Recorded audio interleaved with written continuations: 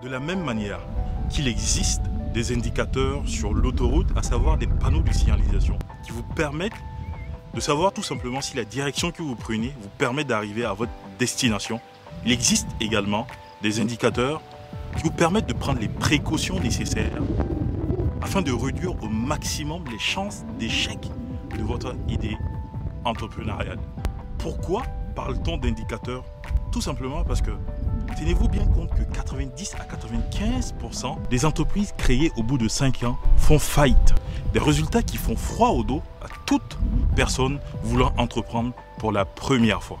Dans cette vidéo, je me propose de voir avec vous la méthode B7 qui permet tout simplement de voir 5 indicateurs fondamentaux, je dirais, qui vous permettront d'accroître les chances de succès, de réussite de votre idée entrepreneuriale ou de tout simplement consolider les bases de votre entreprise si elle existe déjà. Je me nomme Arnold Ouedraogo, ingénieur de formation et entrepreneur dans l'âme. Je suis également à l'origine de la création de 2 entreprises qui évoluent sur le continent africain. Bonjour, bienvenue sur la chaîne YouTube Nolstink qui a pour mission de transformer des vies en leur apportant des outils qui vous permettront tout simplement de créer des entreprises, consolider leur base si votre entreprise elle est déjà créée, également des outils qui vous permettront tout simplement d'avoir une meilleure version de vous-même, de vous améliorer au quotidien. Je prends une seconde pour te demander à toi spécifiquement, qui est tout simplement sur la chaîne YouTube Nolstink pour la première fois, de bien prendre le soin de t'abonner, activer la cloche de notification et de ne point rater les contenus qui seront partagés sur cette chaîne, susceptibles de t'apporter des outils qui te permettront de devenir enfin une meilleure version de toi-même. Le premier indicateur de la méthode B7, il s'agira du point B, qui veut dire tout simplement le besoin. Sachez que 95% des entreprises qui échouent au bout de 5 années d'existence transgressent la loi du besoin.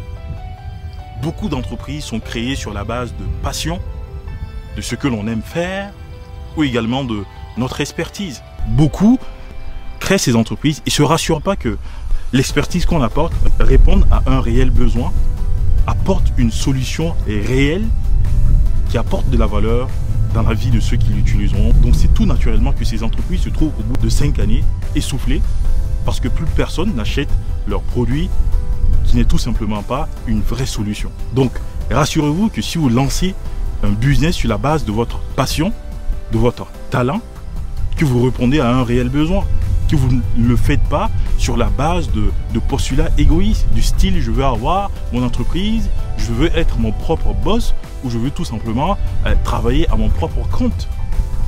Je dirais aussi que certaines personnes créent des entreprises tout simplement parce qu'ils veulent gagner de l'argent. Ils veulent avoir de l'argent. Je sais que l'argent c'est le nerf de la guerre.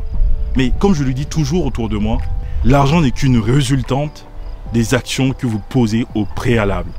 Courez surtout derrière les besoins des gens, apportez de véritables solutions et vous verrez que les gens vous donneront naturellement de l'argent. Et l'argent viendra naturellement aussi à vous. Le deuxième indicateur de la méthode B7, qui s'agira du E, qui veut dire tout simplement l'entrée. L'entrée de votre business.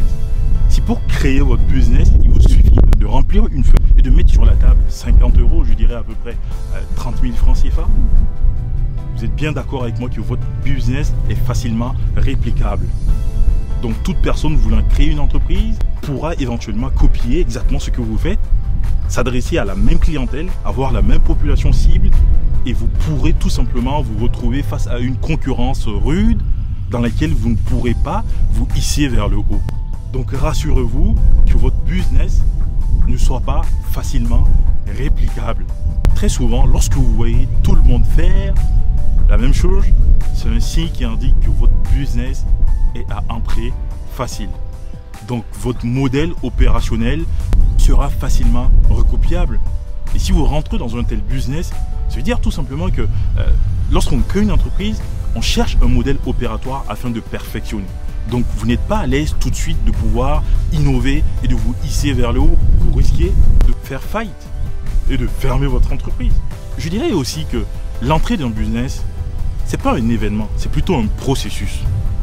Quelquefois, on se trouve ouvrier une entreprise parce qu'on a fait beaucoup de choses qui convergent à la création d'entreprise, mais sans avoir au préalable même pensé qu'un jour on ouvrirait une entreprise. C'est un réel processus de créer une entreprise. On prend le temps de se former, on prend le temps d'apprendre. Je ne serai jamais devant vous à vous parler si toutefois je n'avais pas expérimenté ce que je dis, si je ne m'étais pas formé au quotidien. Même d'ailleurs, je continue de me former. Donc c'est plutôt un processus qu'un événement. Un événement, c'est, on va prendre un exemple. À la télévision, vous voyez tout de suite, on va parler d'une star qui récolte des milliards de dollars et tout le monde est focus sur ce que le mec y gagne. Pourtant, personne ne se pose la question, quel a été le prix à payer? Je pense qu'avant de créer une entreprise, il y a un prix qu'il va falloir payer. C'est le prix de la formation, c'est le prix de l'exercice, c'est le prix de l'entraînement.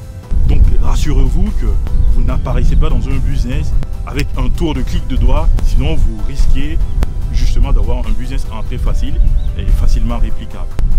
Le troisième indicateur de la méthode B7, il s'agira du C, qui veut dire tout simplement commande ou contrôle.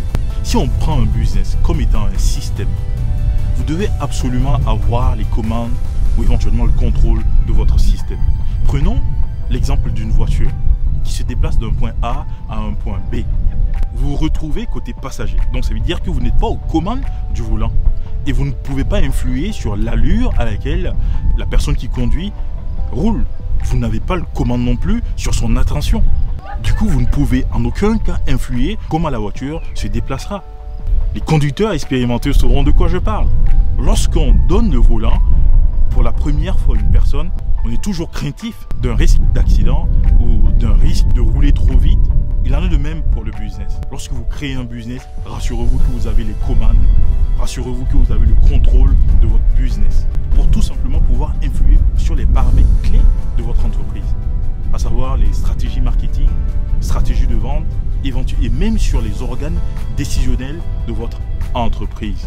Lorsque vous n'avez pas les commandes sur les paramètres clés de votre business, vous ne pouvez pas influencer positivement sur les paramètres clés de cette entreprise. Prenons un exemple. Récemment, il y a eu l'effet Covid sur plusieurs entreprises. De nombreuses personnes se sont retrouvées du jour au lendemain, on va dire le même jour, voire le soir, avoir un appel de leur boss qui leur demandait tout simplement de ne pas revenir le lendemain au boulot parce qu'ils étaient en chômage partiel. Donc on subit parce qu'on n'est pas aux commandes de l'entreprise. Lorsque vous êtes aux commandes, vous aurez pu tout simplement amoindrir les risques, amoindrir les difficultés si vous avez l'information quelques jours avant. Donc ayez le commande, ayez le contrôle du système que vous êtes en train de construire. Le quatrième indicateur de la méthode B7, il s'agit du E, qui veut dire encore l'échelle. L'échelle, c'est tout simplement l'effet de levier qui vous permettra d'avoir une croissance exponentielle au cours de l'existence de votre entreprise. Et lorsque vous créez des entreprises, vous devez tout simplement intégrer cet indicateur qui est l'échelle. Prenons un exemple, un business qui vend des produits dans un quartier. Vous êtes d'accord que la population cible qui achète les produits dans ce quartier sera tout naturellement le nombre d'habitants qui habitent ce quartier. Donc on sait tous que dans un quartier, on a des chiffres très bien limités. Donc ça veut dire qu'on a aussi de la clientèle très bien limitée. Prenons encore un docteur, par exemple, qui ouvre un cabinet dans le coin de la ville. Il serait impossible pour ce docteur de s'occuper de 10 000 patients en même temps. Tout simplement parce que déjà, la ville ne contient pas autant de personnes et il est lui-même limité pour s'en occuper. Tandis que lorsqu'on a un business qui agit sur tout un pays, lorsqu'on a un business implémenté sur Internet, là, on commence à implémenter des effets de levier qu'on appelle l'échelle. On pourra simultanément toucher plus de 10 000 personnes et voire des milliers de personnes en même temps. L'échelle, c'est tout simplement un paramètre qu'il faut absolument intégrer lorsque vous êtes en train de créer une entreprise ou lorsque vous avez une idée entrepreneuriale. Plus l'échelle, je dirais, la magnitude est énorme, donc plus vous avez la possibilité de toucher plusieurs personnes et de voir clairement vos bénéfices exploser. Donc sans effet de levier, impossible à une entreprise de connaître une accélération hors pair, je dirais. Il faut également savoir que pour intégrer l'indicateur échelle dans votre business, vous êtes obligé d'avoir respecté l'indicateur de commande. Si vous ne contrôlez pas votre business, vous ne pouvez pas intégrer l'indicateur échelle dans votre business. Donc c'est pour ça que ce sont des indicateurs qu'il faut absolument respecter afin de donner de véritables chances à la croissance de votre entreprise. Le cinquième et dernier indicateur de la méthode B7, c'est le T, qui veut tout simplement dire le temps. Lorsque j'ai découvert cet indicateur, ce paramètre, ça a tout simplement révolutionné ma manière de voir un business. Créez des business et ne vous laissez pas posséder par des business. Et pour se dire, c'est ayez des business qui soient complètement décorrélés du temps.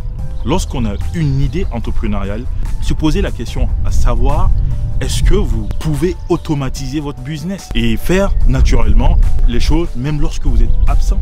Posez-vous aussi des questions à savoir si est-ce que votre business génère assez de chiffres qui vous permettra d'embaucher du monde, de déléguer au maximum les tâches que vous réalisez au quotidien, que lorsque vous êtes en vacances, que votre business fonctionne. Automatisez pour que lorsque vous êtes en train de dormir, vous êtes toujours en train de vendre ou en train de faire fonctionner votre business. Et pour ça, il faut avoir un business qui est complètement décorrélé du temps. Pour ça, ayez des business et ne vous laissez pas posséder par des business. Au risque de voir tout simplement un jour ne pouvoir pas continuer à exercer votre business sous l'effet de la pression parce que vous ne pouvez tout simplement pas vous absenter sans que votre business ne fonctionne. Certaines personnes créent des entreprises pour juste substituer leur emploi, pour juste être son propre patron. Et je pense que ce modèle s'essouffle à un certain niveau parce que vous devenez complètement prisonnier de votre business ou de votre entreprise, incapable de prendre des vacances et que votre entreprise fonctionne de manière correcte. Donc, ayez des business complètement décorrélés du temps. Enfin, pour résumer, je dirais tout simplement que la méthode B7 que je vous ai partagée comprend 5 indicateurs. Et le premier indicateur, c'est le besoin. Créer des entreprises qui apportent une solution réelle aux problèmes que rencontrent les gens. Puis ensuite, c'est le deuxième indicateur. Il s'agira de l'entrée. Si vous avez des business à entrée facile, vous serez certainement copié. Beaucoup de personnes vont répliquer votre modèle business et s'adresser à la même clientèle et vous allez avoir des problèmes pour innover et vous hisser vers le haut, tellement la concurrence sera rude. Et le troisième indicateur, ce sera commande ou contrôle. Contrôlez votre business, contrôlez votre système de manière à influer sur les paramètres qui vous permettront de pouvoir la faire croître. Et ensuite, le quatrième indicateur, c'est l'échelle. Implémentez cet indicateur dans vos business.